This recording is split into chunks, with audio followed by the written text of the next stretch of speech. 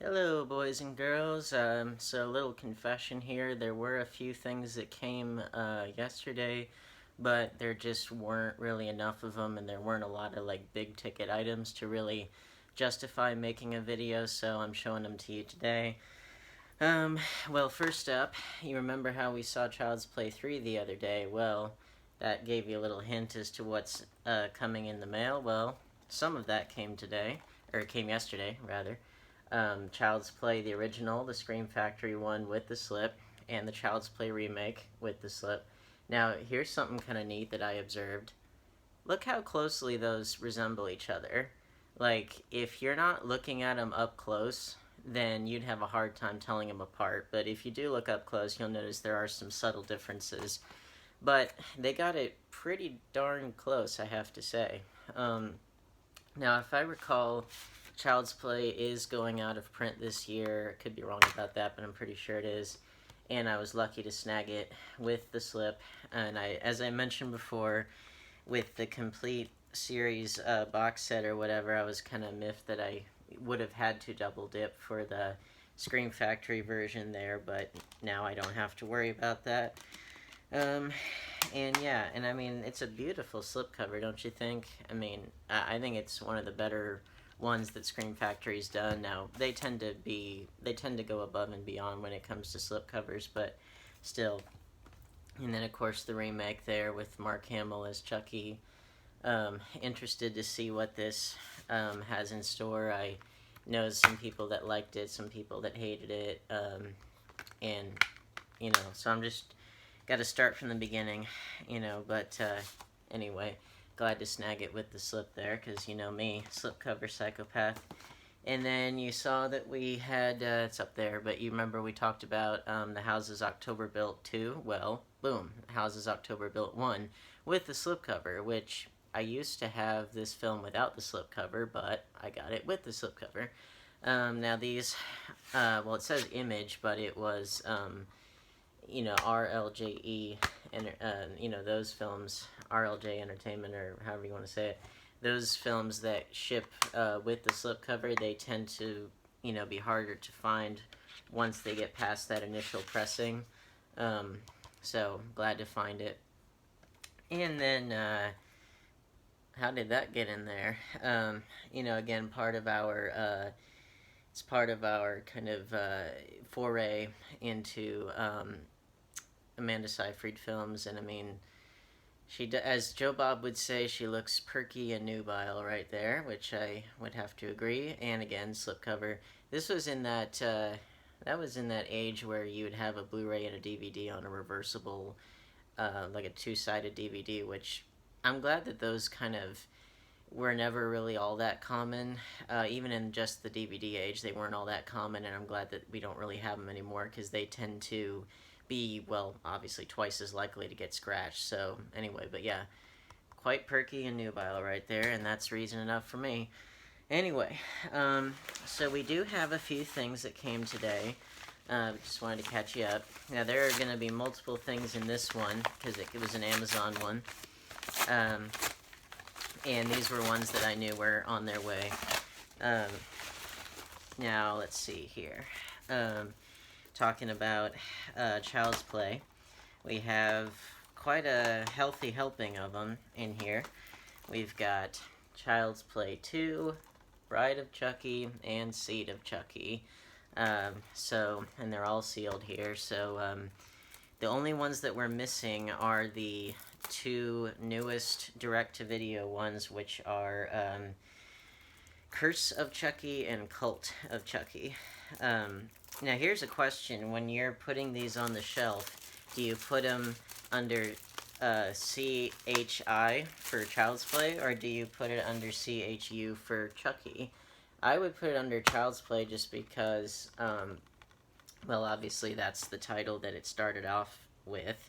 And then, once they got to the Bride of Chucky, that's when they pulled a Rambo on us and they changed the title midstream, the series title. But I don't know. I like both versions of it. It's like, Child's Play, First Blood, that kind of gives you a sense of the tone of it without telling you the character's name. But then, of course, once they name it after the character, well, it can actually kind of like Jason Goes to Hell and Jason X, same thing. How do you guys feel about that when they change their title midstream? I do like some consistency, but in the case of, like, Chucky, I don't know. I think that fits, but Child's Play fits too. I like the logo there.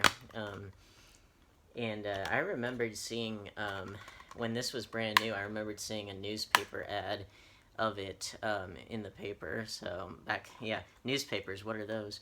But yeah, I used to read the paper. I used to read the entertainment review section all the time. I used to keep an eye out for what the new releases were and how they were performing, and I was kind of an industry hound even back then. And then, of course, Bride of Chucky. Gotta like this, this cover here that parodies the Scream 2 specifically, but, it's like, not just that, but like every slasher film of the mid to late 90s parodied Scream in some way.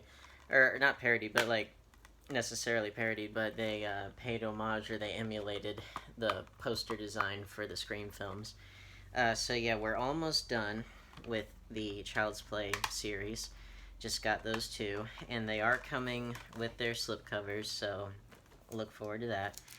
And so we've got another Karen Gillan film, Not Another Happy Ending, which this one is another one that does not have a Blu-ray release, but again, we're trying to do our research into these various actors' careers and contributions, and especially for someone like her, kind of, because she's been used to doing so many of these, like, humongous movies, and I think her own personal taste, based on the panels of hers that I've attended at Dragon Con, her personal tastes tend to be more on the, like, drama art house side, because, like, her favorite director is Michael Haneke, who did The Piano Teacher, and he did Amour, he did what else did he do? Funny Games, the original and the remake. So yeah, she kind of clearly has a love for those kind of bleak dramas, and I think she would be darn good in one of them. And I guess that her The Party's Just Beginning, that film, I guess that it kind of falls in that vein as well. But yeah, I mean, it's really neat to see, what people can do, and yeah, so glad to check that out. You see, it's not, horror movies are great. They're a way of life. They're obviously, the channel name. But, it can't all be horror, because without, if you don't, it's the old expression, you can't enjoy some sunny days without some rainy days. And it's true. It's like to everything there's a season, Anyway, that was Amazon, so now we've got the eBay items. And we got one from Los Angeles, California, also known as Los Angeles to sane people. Ow!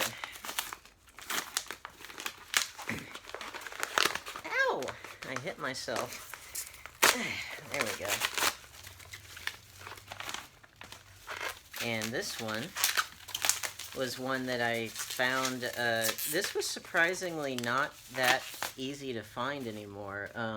This used to be relatively easy to find on Amazon stuff, but like I couldn't find it except for this one copy on eBay, at least for a halfway decent price. But it's Drive-Thru, this low-budget horror film that's only on DVD from Lionsgate there. But this one is another title for it, I believe, is Burger Kill, kind of a parody of Burger King there. But our killer, again, I like killer clowns.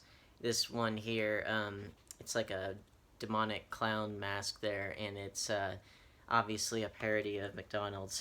And I remembered seeing this. It has what's her name, Melora Hardin from who is Jan on The Office, and she's in this and she does a good job. But I liked the design of the clown himself, and like his the voice box, the voice changer in his mask. It makes it sound like it's coming out of a drive-through speaker. So again, that's a good touch. And then we've got a big box from our dear friend JDC Outlet from Canada. Oh boy, because it's Sweet Grass, Montana. Let's see here. Well, it is a sweet box right here, but it's something that we're gonna have to take some time and delicate procedures to open it because my handy dandy nail clipper is off camera. So we're just gonna have to do this the old-fashioned way. That's okay. We're used to it. Okay. So this one is like a big bundle of stuff, as we're used to seeing. And a lot of it is horror, if I recall. And it has, almost all of these have the slipcover. Yeah, so this one I guess you could call horror, but I would call it more science fiction, Dark Skies there, with the rare Canadian slipcover there. And this was one that I always wanted to see, because I heard, I liked the poster and I heard some good things. I've seen the American cover of this one, and I don't, if it does come with a slipcover, then I've never seen it with the slipcover, but still, it's always cool to have things in a different way than you're used to seeing from most people. But yeah, Dark Skies there, kind of a sci-fi horror film with, aliens and stuff. Speaking of which, another sci-fi horror film, and a found footage film, Apollo 18. Now, a lot of people really seem to hate this movie, and I don't really get why. I thought it was pretty darn good. I thought that it did something different from your typical found footage film. I liked the setting. Obviously, I liked that it was a period piece, and I liked that there was... One of the things that does bug me about some found footage films is when the... Sorry, there's just this thing in here I'm trying to get off. What bugs me in some found footage films is when the reason for there being a lot of cameras, not just one, but the reason why there are a lot of cameras around, sometimes the reasons for those can get kind of convoluted and hackneyed, Like, in real life, would they really have that many cameras up at the same time? Some of the later Paranormal Activity films, like, as they went along, you're like, come on, really? They would, that was all it took for them to set up cameras all over the house? Like in the second one, I think it made the most sense because it was, they thought it was a burglary. But then other times you were like, I don't know, that doesn't seem plausible to me. But with Apollo 18, they're on, obviously it's a lunar mission, so you've got old film cameras recording the inside of the shuttle, or not the shuttle, but the rocket, And then, of course, they have their little handheld film cameras down on the moon's surface and all that stuff. So for me, like, I thought it made sense for them to have a lot of cameras around. And again, it was a different setting, different period, just different constraints. So, worked for me anyway. And I think you've seen this one before, but you haven't seen it with the slipcover. Was House at the End of the Street. I didn't know that this had a slipcover, otherwise I wouldn't have ordered it from the Canadian Amazon store without having inquired first. Yeah, so I was glad to get it. I think the slipcover design is cooler than the American one. This was another one that I know a lot of people hated that I didn't necessarily dislike. I don't think it was amazing, but I liked the quality of... I liked the actors in it, and I thought they did a good job. I think it was better than people made it out to be. I don't think it was amazing, and it's not one of Jennifer Lawrence's best films overall, but it... I don't think it's worth, the hate that it gets. So, that's at least for me. Everybody's got a different insight about, like, what works for them or what doesn't. We got a Scream Factory with the slipcovers Animal. I think that's one of the coolest, like, this one's one of the more recent ones. It's a Chiller Films release. I think that has to be one of the coolest old school kind of collector's edition, covers. I think it looks really cool, and even the inside cover looks cool. It's a big gaping jaws of whatever that thing is. It's always interesting to see movies that are made about cryptids, you know, so like cryptozoological creatures that are familiar, like Bigfoot or the Loch Ness Monster, and then other ones that are about like original cryptids. And I think this is one of them, but again, I remembered seeing the cover for this thing, and I was like, "Yep, that's got to happen." And again, these are all from the same seller. And then another one that you've seen before, but not with the slipcover, is Evil Dead, the remake. And this is, I was really glad to find this because this is the Canadian version of the remake with the slipcover.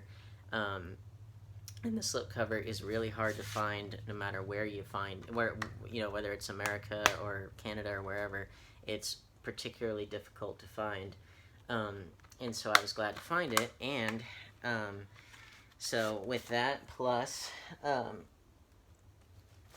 this one, the extended cut there, which we've seen, I now have both cuts of the movie. How cool is that? So yeah, instead of that 2-disc version that you've seen floating around, well, now I kind of made up for it, or kind of made my own in a cool way, in a different way. And then last but not least, we've got The Woman in Black and The Woman in Black 2. And this one, the first one with Daniel Radcliffe, has that awesome lenticular slipcover that only the Canadian one has. I used to have this film, I had the American one, but it was not lenticular, and the quality of the slipcover, which in and of itself was tough to find, the quality of the slipcover, it was pretty ragged, to be honest.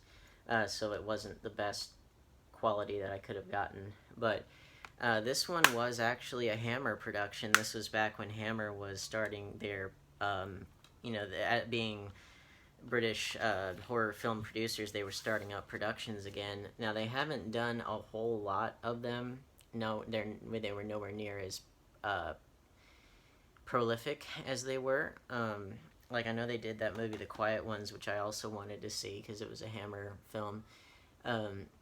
Yeah, I'd like to see them kind of get back to their glory days, but that might be asking too much. I don't know, because like nowadays Blumhouse is kind of like the new Hammer in terms of just sheer output, and I think generally speaking their quality tends to be high caliber, at least to me. But yeah, so both of those with the slipcovers. Cool stuff there, I think. And yeah, so that'll about do it today. Remember, JDC Outlet on eBay, links to his store and to other eBay stores that I've used, they're in the description. We actually got a pretty decent spread of things today. Let's see here. Yeah, we got a pretty good spread of mostly horror, but not all of them. And don't get too scared now. You don't have to hide under the covers too much with these, but you never know. Who knows what scares you? But anyway, yeah, if you like this, please like, share, subscribe, hit the bell icon, set phasers to stun, warp factor 5, keep safe out there, and join me again possibly tomorrow, but for sure Saturday. We'll have some more stuff coming in that you'll like, and we'll hopefully get that Child's Play collection completed. But at any rate, glad to see you, and hope to see you again soon.